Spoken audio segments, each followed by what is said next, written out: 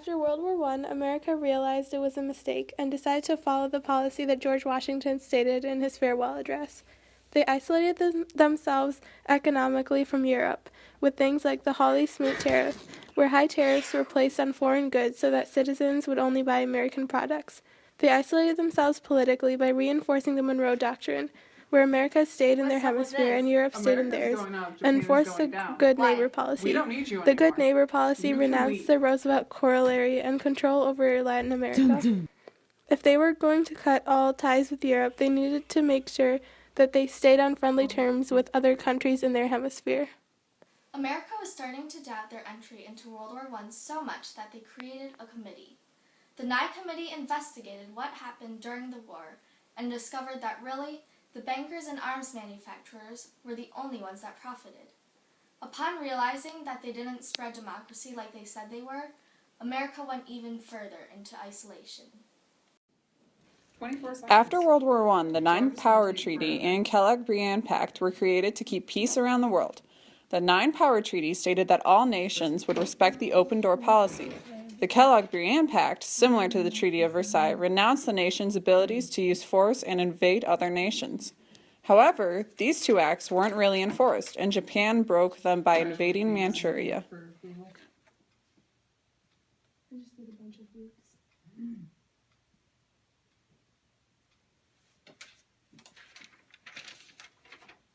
I'm just doing an open exclamation.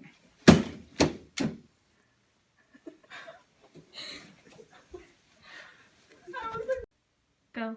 At this point, Roosevelt realized Japan was becoming a threat, so America issued an oil embargo on them.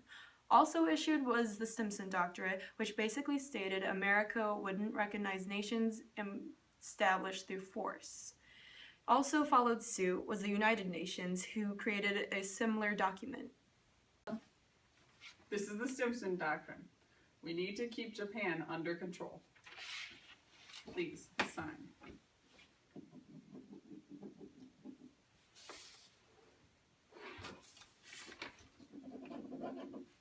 For approval. Nice working with you. Nice working with you. Go. Back in the U.S., the Congress adopted 3 neutrality acts. They forbade loans, credits, and the shipment of weapons to nations at war. The majority of Congress at this time were isolationists, and although the neutrality acts were okay, they weren't enough to satisfy the isolationists. They were coming to realize that FDR was leaning towards joining the war, which they didn't want at all. In effect, they created the America First Committee, where they had speakers such as Charles Lindbergh go around the country arguing against the entry into this war. FDR ignored their opposition because he felt that this time the war would really protect democracy. Germany was taking over all of Europe and jeopardizing the freedoms of the Europeans, and as a protector of democracy, FDR would do everything in his power to prevent Hitler from succeeding. The first is freedom of speech and expression everywhere in the world. The second is freedom of every person to worship God in his own way everywhere in the world. The third is freedom from want, which, translated into world terms, means economic understandings which will secure to every nation a healthy peacetime life for its inhabitants everywhere in the world. The fourth is freedom from fear, which, translated into world terms, means a worldwide reduction of armaments. Knowing that entry into the war was a likely possibility, Roosevelt met up with Winston Churchill. They drew up the Atlantic Charter, which guaranteed that democracy would be protected after the war. Then Japan attacked. You need to agree with it. Go. The Japanese attack on Pearl Harbor was exactly what Roosevelt needed to convince America to get involved in the war. Prior to this, America isolated themselves so far to the point they thought they were untouchable. They didn't think the war would reach them, but Pearl Harbor was a wake-up call. Go.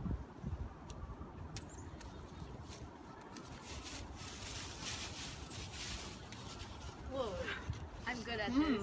Yeah! Do you ever feel like a plastic bag? Oh.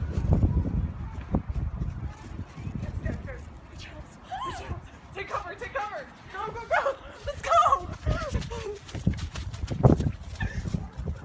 However, getting the citizens to support the war had a negative effect as well. Any Asian-looking person was regarded with suspicion, as seen as a traitor or a spy. Executive Order 9066 sent Japanese Americans to live in internment camps in the desert for the duration of the war. Though the Japanese Americans were willing to contribute to the war, their help was frowned upon, until the military needed more soldiers, at which young males were pulled out of the camps. Go. Not only was there a battle against Germany, but also against society. The Double V campaign was based on the idea that if African Americans could help with victory abroad, then they would be able to defeat racial prejudice in America when they returned from the war. Other groups of people were gaining new freedoms at this time. Women and minorities were taking factory jobs that opened up because of the war. The government encouraged this through propaganda, such as the Rosie the Riveter poster. They made women feel empowered and portrayed it as their patriotic duty to work. One can see the change in propaganda. In World War I, America needed to be convinced to fight. They needed fingers pointed. But in World War II, the propaganda was used as motivation. That motivation made men enlist, women conserve, families buy bonds, and laborers work. But what made laborers willing to work? Labor unions were able to preserve peace between management and the workers.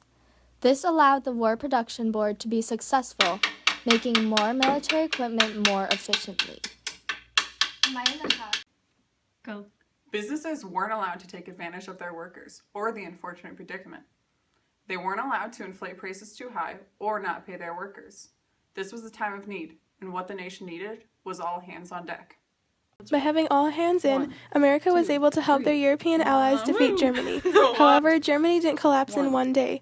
It took strategic planning by the Big Three. This would lead to conferences in order to take down Germany.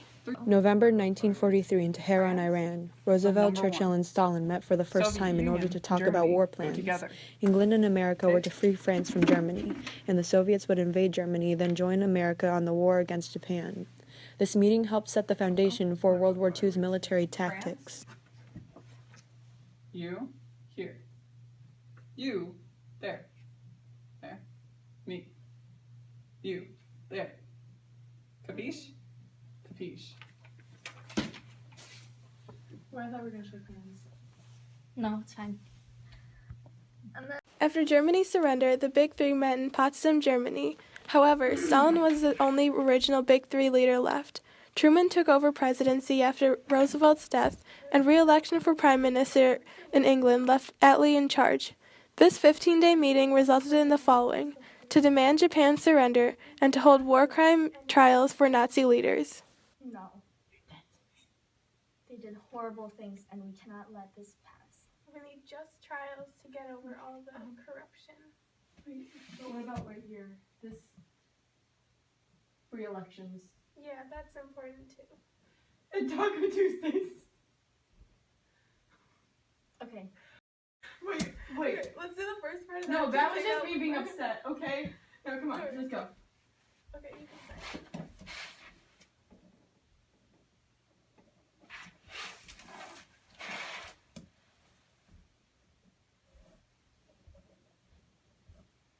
Let's This make is good. America great again.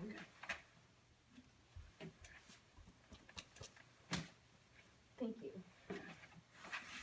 Pizza. America realized that isolating themselves was a mistake, and this time they joined the United Nations. Go. America didn't want to take these measures, but Japan just wouldn't give up. The Manhattan Project is exactly the weapon America needed. Go. We did the majority of our work at Los Alamos Laboratory in New Mexico. We were physicists becoming madmen in order to accomplish our goal, to create the atomic bomb. By June 16, 1945, we succeeded. We ended the war. We warned them, but Japan took it lightly. Even after 180,000 who have gone missing, were wounded, or even died, Japan still didn't even move the civilians out of the second location that we warned them about. $2 billion invested in the Manhattan Project.